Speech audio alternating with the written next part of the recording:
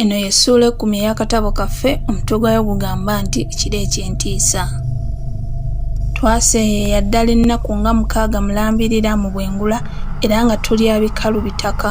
Mu kiseera ekyo ebiwundu byaffe byali bigenda biwonaawona era olwo nga tutandise n'okukwata enkasi.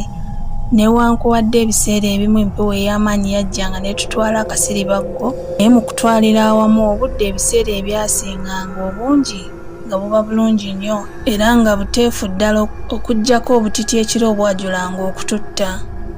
Ku makya g'olunaku olwali olw'omunaana nga tuli ku guyanja ogwo, twatandika okulengera ekintu ekyatufaananira okuba olubalama. Awo katono essanyu litutte. Eryato twalivuga ndasi nnyo era nga tusuubira okutuuka ku kintu ekyo akawungeezi.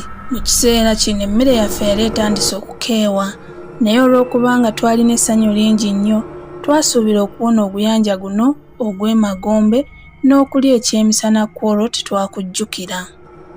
Twakanda kuvuga lyato ng'ekintu kiringa ekyeyongerayo obweyongezi. Obudde bwali lwa ggulo ddala. Twagenda okulaba nga eggulu litandika okwefuukuula. Agalenga geekuluumulula ewamma nga kazigizigi atandika kukwata. Wano twatandika okutya kubanga ne gye twali tugenda nga tetukyalabayo. Bwe natunula ku munnange ne ndaba nga yenna ajjudde okutya newankubadde ye teyateranga kulaga kutya mangu bw'atyo. Waayitawo akabanga katono enkuba ey'amaanyi ennyo n'etandika okufukumuka nga gye balagira olw'empaka. Empewo ey'omuggundu n'etandika ng'erimu n'ebigenda byesooza awamu n'okukaaba. Eggulu ne libwatuka era nga n'okumyansa kwe litadde wamma obudde ne bugayaggaya. Ekyato kyaffe ne kitandika okuleewa nga kisena amazzi ebbali n'ebbali. Ekiyumba ekyaliko ekyo tetwalaba gye kyalaga, agayinga aganene ennyo ne gakuba akaato kaffe kumpi kukayuzaamu. Twalaba guli gutyo era nga ffenna tuli kumpi okusaanawo ne tutandika okusenerera amazzi nga tuyiwa ebbali. Twagenda okuwulira nga n'obuziina bwaffe bwe twali twambadde awamu n'enviiri zaffe ng'empewo eyagala kubitutwalako. Naffe bennyini empewo yali esobolera ddala okutukasuka mu nnyanja.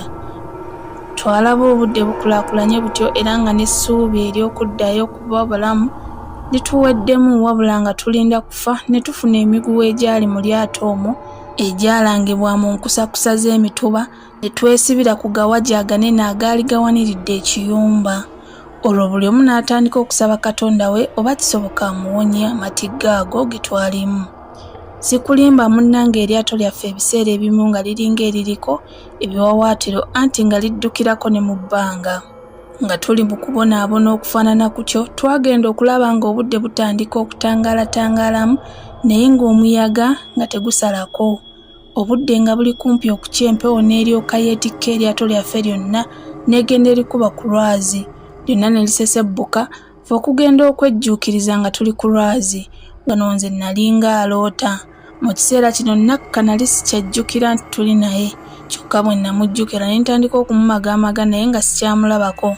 Kyokka kye nzijjukira mu kaseera ako bwe nawammantira Nakka obudde bwali bugenda butandika okuteeka. Essuula y'e10 awo weekomye, weebale kuwuliriza.